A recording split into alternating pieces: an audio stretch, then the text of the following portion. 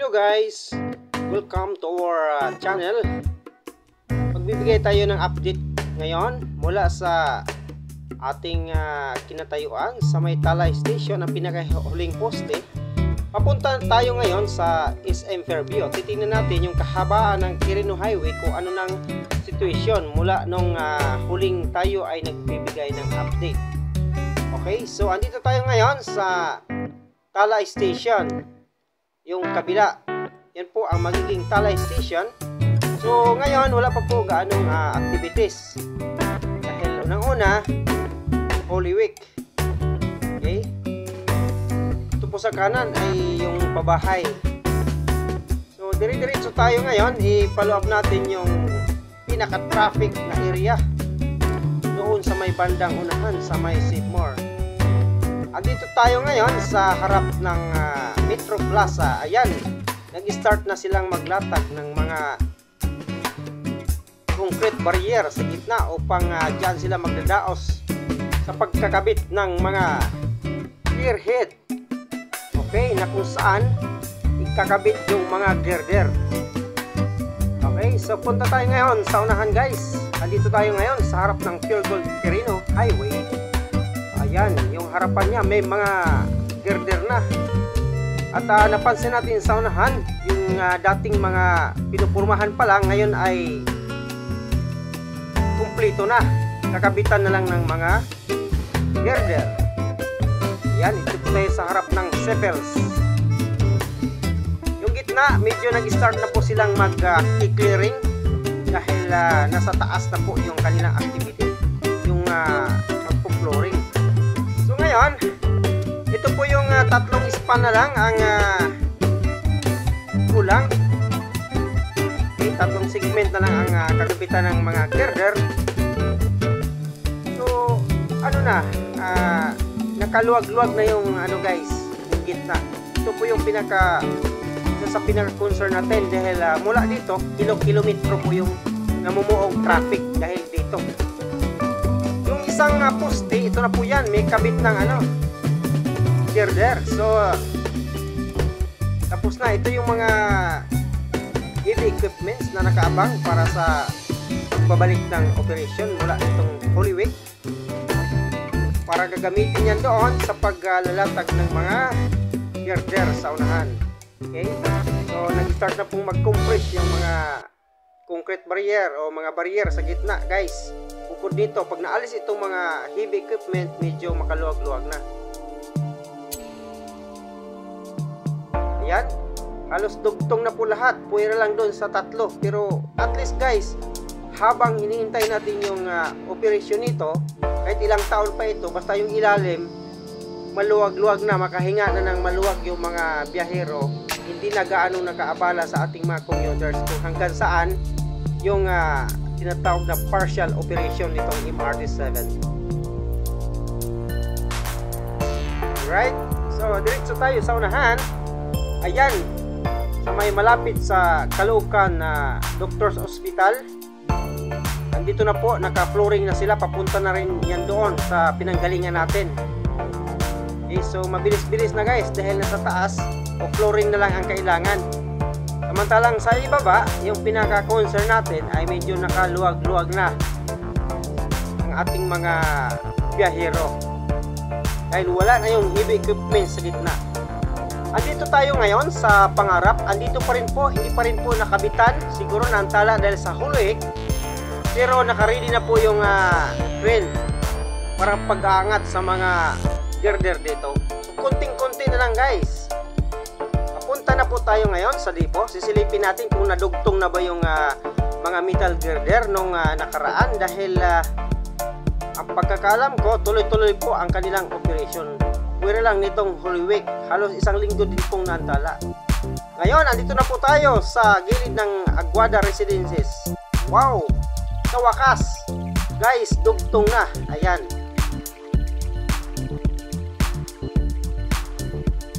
Ayan, medyo malaki-laking kaluwagan na po sa ating mga motorista dahil natanggal na po yung mga heavy equipments na nakahampala dito sa gitna at mga materialis.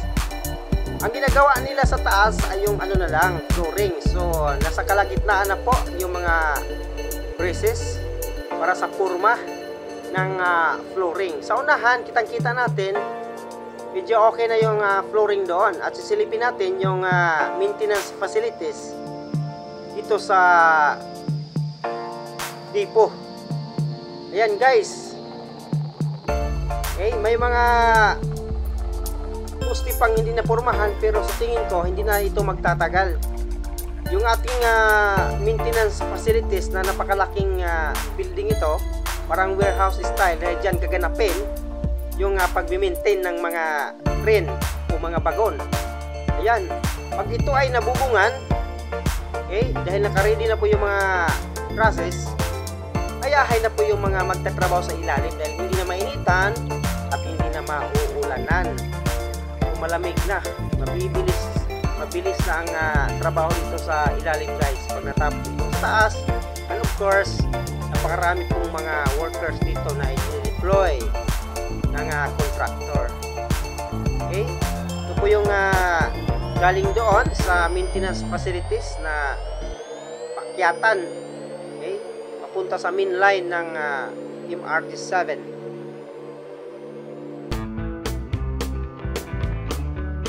Yan, kitang-kita natin itong area nito, naka-finish na yung mga poste dahil may mga nadaanan tayo na inumpisan pa na lang nila pag-finish ng mga poste. Ayan, maluwag na po yung ating highway. Nakahinga na ng malalim itong highway, Quirino Highway. Ngayon, nandito na po tayo ngayon sa Sacred Heart Station. Silipin natin yung mga ibang side dito kung ano na nangyari. So ayan, nakapurma na po yung mga metal na haligi. Sa unahan, nakita natin medyo maganda na po yung tapos na ata yung building na yon dahil maganda na yung kanyang pagkagawa. Right? So dito sa bandang gitna, ready na yung mga dito, mga metal. Ikakabit na lang po. Kung ready na yung mga para sa metal beams, mabilis na lang ito dahil yung poste nakahanda na. Ayan, sisilipin natin kung ayan. Ito yung walkways guys, pababa. Okay? Medyo ayos na rin po. Yung mga frameworks niya, ipagkabit-kabit na lang yon. So silip natin sa kabilang side, yung walkway sa kabila, nakatayo na yung mga rebar na para sa poste, sa haligi. So okay na. Purma na lang at bubuhusan na lang. So ito guys, dahil nasa mga bandang nasa mga bandang 40% na yung tapos nito, sa tingin ko makahabol ito sa sa partial operation kung kailan yon, dahil laging namumove. Pasensya na, hindi talaga natin matyak kung kailan yung sinasabi nila. Diyos ko po, baka abutin pa tayo ng siyam-siyam, wag naman po. Pero at least yung ilalim guys, medyo maganda-ganda na yung katayuan dahil tapos na yung mga heavy works dito sa ilalim. Ito na pala yung guys, ito yung mga metal beams para doon sa flooring ng Sacred Heart Station, at saka yung mga para sa bubong. Okay? So ready na ito, ikakabit-kabit na lang. So hindi na rin magtatagal ito pagka ito ay pinupukusan, mga ilang or months from now, formado na. Dito sa unahan guys, sa wakas, nagumpisa na silang maglatag ng pundasyon para sa poste ng Meralco. Para sa dalawang poste nakaharang o nakaambala sa gitna. Ayan, yung isa sa unahan. Okay na rin po, naglalagay sila o nag-finishing sila sa haligi. Dahil pagtanggal ng forma, butas-butas po yung iba, kaya pinifinishing nila. Sa unahan, po yung isang poste. So ililipat na po dito tuluyan guys. Kailangan tanggalin yan dahil pakurba yung daan.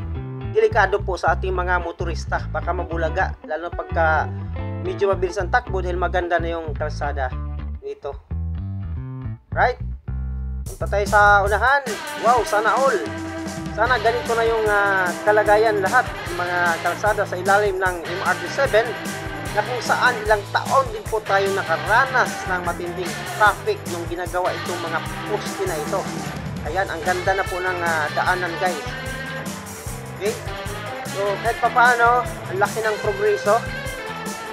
So, dito sa unahan, medyo may paninikip ng kalsada dahil nagkaroon na naman ng activity sa gitna. Pero at least, finishing touches na lang po sa haligi dahil pagtanggal ng forma, kaya ang sinasabi ko, butas-butas pa po yun. Sa unahan, wala na yung mga nakaharang na mga metal girders dahil inuubos na, naisampa na doon sa harap ng dipo na sa wakas ay dugtong na. Okay?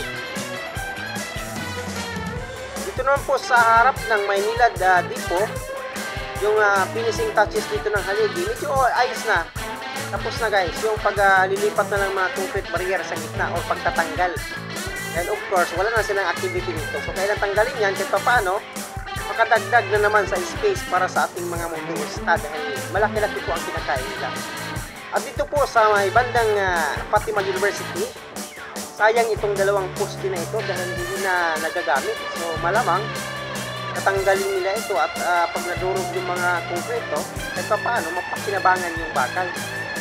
Pero at least, gaya ng karamihan sa ilalim ng MRT7, okay na po yung yung highway. Medyo mabilis na po yung ating mga motorista. Kailangan na lang magkaroon ng operation sa MRT7 para, ayan, ito yung Quirino Station, harap ng Milagro. May mangilan tayong improvements dito nakikita sa kabilang dulo, pero hindi pa rin naikabit yung huling bubong doon sa taas. Pero at least naka-ready na, guys. Punta tayo sa bandang gitna. Kasi natin kung ano ng kalagayan. Ito po yung sa gitna, guys. Medyo meron ng finishing yung walkways nila. At sa gitna, okay, meron siyang tawiran papunta dun sa kabilang walkways. Okay. So sa taas naman, pansin natin na mayroon ng flooring. Saka yung sa kabila, maganda na rin po yung walkways or rampways doon. Right? So, move pa tayo sa unahan, guys.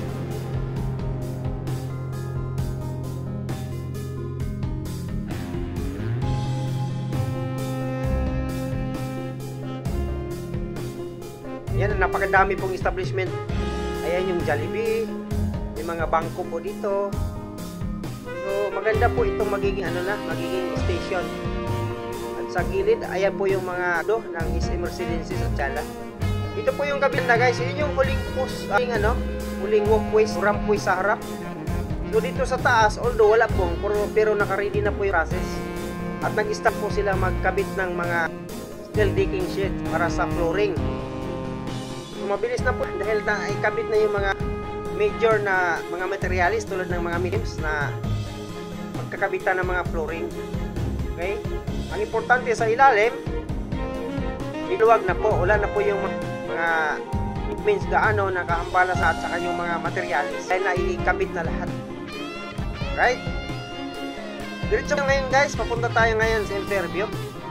Titingnan natin kung gaano nakalaw progress doon.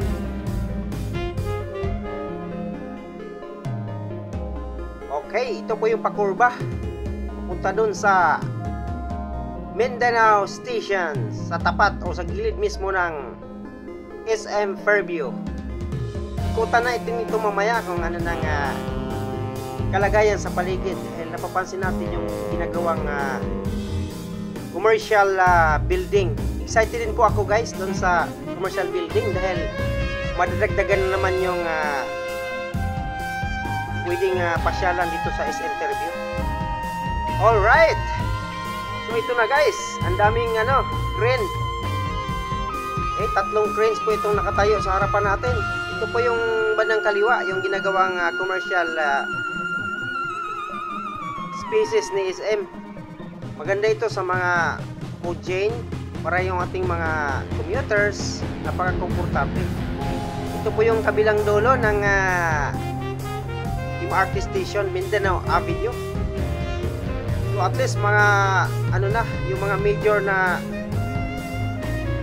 trabaho unti-unti nang natapos dahil may mga finishing na sila, lalo sa pagpipintura sa labas. Wala na yung mga scaffolding gaano.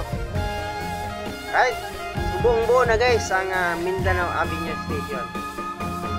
Ayan, may bubong na, yung ano na lang, yung mga dingding na lang, kung anong ikakabit lang dingding dyan. Kaya napapansin natin yung ibang dingding parang steel matting ang nakakabit. Right? Pero ganun pa man, napakaganda pa rin po na mabilis na yung biyahe ng ating mga commuters.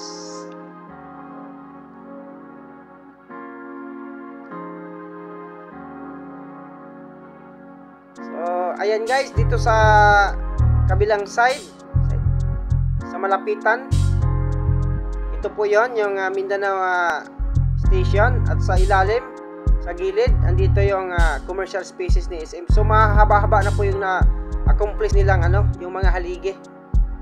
So alam ko mabilis lang ito dahil mabilisan po ang trabaho ng ano, ng SM. Makakahan po ito sa partial operation. So hindi magtatagal, buo na rin po yung commercial space na yan. Okay, so malapit-lapit na po tayo guys. Ito na po yung ano, sa loob, yung ginagawang business spaces ni SM. Right, ayan po yung ano, sa bungad ng